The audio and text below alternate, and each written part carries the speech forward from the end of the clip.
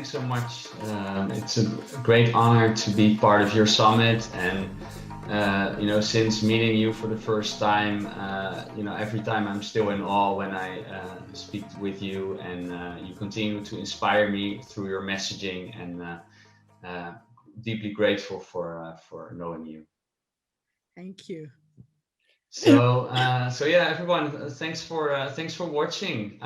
So when I was a child, every year on the 5th of December, I was so extremely excited because we celebrated St. Nicholas Eve, which is a Dutch celebration of the Saint Nicholas. And it is a celebration that has been happening for many centuries in the Netherlands and also a bit wider in Europe, although the form has been a little bit different per country.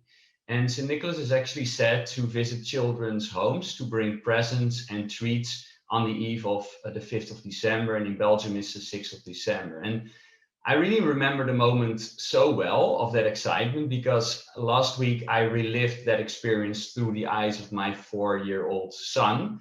And for kids, it's a truly magical experience to wake up in the morning after you put your shoe in front of the front door, and you actually wake up in anticipation, oh, what kind of present would be in my shoe? And you actually see the most amazing stuff which is brought to you. So you would think like, oh, wow, this is a magical story, right? But this celebration is actually far from magical for a lot of people in the world. And for the past 7 years, the celebration has drawn increasingly international outrage. And why is that? It's because of this character called Zwarte Piet in Dutch, and it's called Black Pete in English. And opponents of this Black Pete, they say that this is a caricature of an African slave carried over from colonial times, and that he is usually portrayed by white people wearing blackface makeup, bold red lipstick, and Afro wigs. And even the UN has urged the Dutch to eliminate the character's racial stereotyping. So there's a lot of outrage internationally, and there's Dutch people overall. They say this is a character that is darkened by sooth from sliding down the chimney with gifts.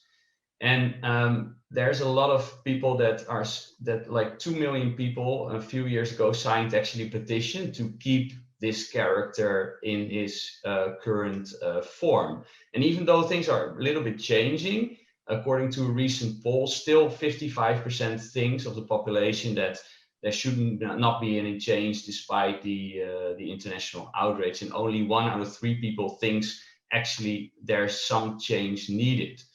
And I have to admit that because of my own conditioning as a child, and the first time that I was ever confronted with somebody saying, like this needs to change, I also personally thought that it was a little bit of fuss, and I really chose to be silent on these types of topics. And even our prime minister acknowledged that only very recently his thoughts on this topic actually changed. And what I really want to highlight with this story is this is not a story about a celebration, but it's a story about me kind of coming to an understanding that there's so much white fragility out there, which is being triggered by all kinds of events.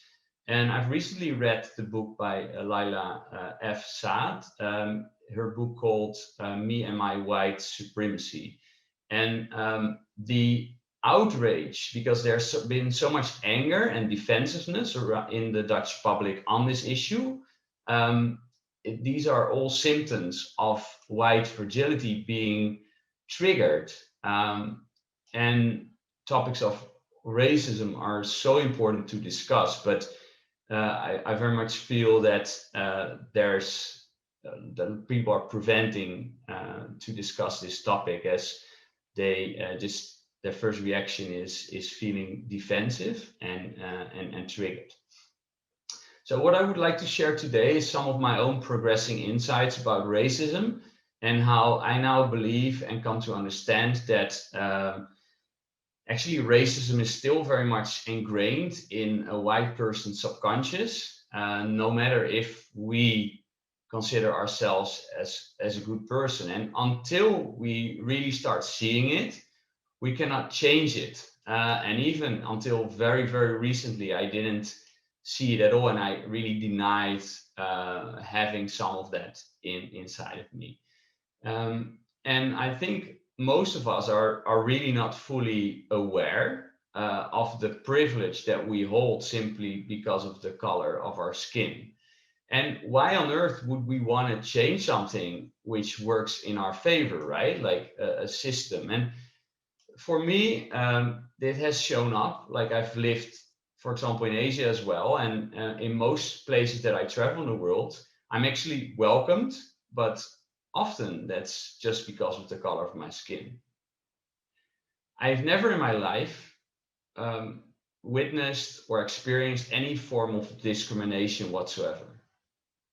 When I go to musea, the ancestors portrayed look like me, although I have to admit they're a little bit taller than I am, but they look like me, so I can recognize myself in that. And police officers have never stopped me because of my race. So my race has actually been, it's sad to say, but it has been an enabler. It has been smoothing my sailing. So I've never questioned anything. And this tailwind has actually made my plane go faster without having to do much. But let me ask you, if you would face a strong headwind, would you not want and demand things to change? But if you have that tailwind and you don't even recognize that tailwind, would you want to have any change?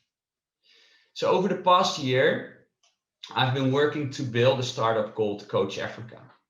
And we currently work in 8 African countries with over 10 different coaches, helping people and organizations going from where they are now to where they want to go.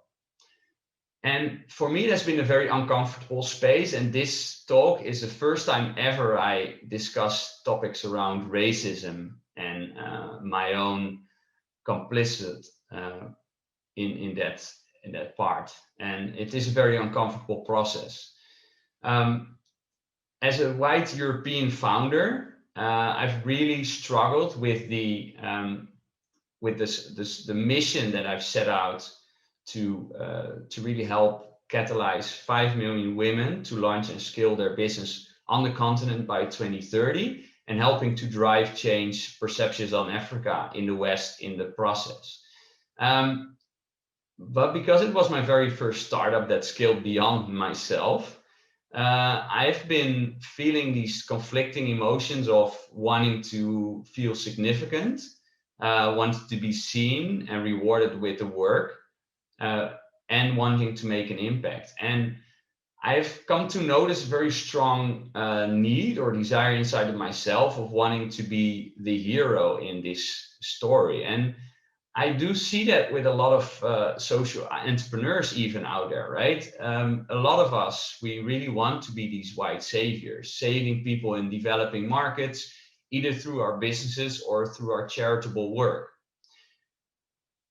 But the fundamental insight and the biggest blessing that the past year has given me is that I've actually come to understand that nobody really needs to be saved. Especially in Africa, everything is really there. I mean, all the power, all the skills, and it's just a matter of everybody bringing that out, right? So I've come to understand that I'm mainly a facilitator in this process, and that people can help themselves. However, what we can do, we can create conditions which are fair and right in terms of equal access to opportunities. And here things are really going wrong. It is not right that there's this privilege simply because of the color of our skin. So we have to abolish these systems which hold back unjustly people that have a different color skin. And that is something that needs to change, and we need to fight in order to change that. So the whole journey has made me more humble and more committed to simply be that facilitator and an enabler for the voice of leading African women that want to make a change in the world through their messaging. And I feel grateful to be working with local partners in Uganda and in Malawi in order to basically be that person on the backside, and that they are the voice of what we set out to do. So my message today is that I'm increasingly aware of a duty that we have as white people to, as Jim Rohn said, for things to change, we need to change. So today, for me, marks a turning point in me speaking out on this important issue. And, we need to be uncomfortable. We need to be disturbed, because that's the only way we will change, and we will make things. We'll get uncomfortable when we act. It's wrong that somebody would have to work twice as hard just because of the color of their skin. So I'm calling on all white people listening today to use your privilege to make a difference. Everyone should feel at home in the countries that we live, and nobody should feel out. So in the process, let us also embrace and acknowledge that we do not need to be the hero in this story. This is not about you and me. Thank you.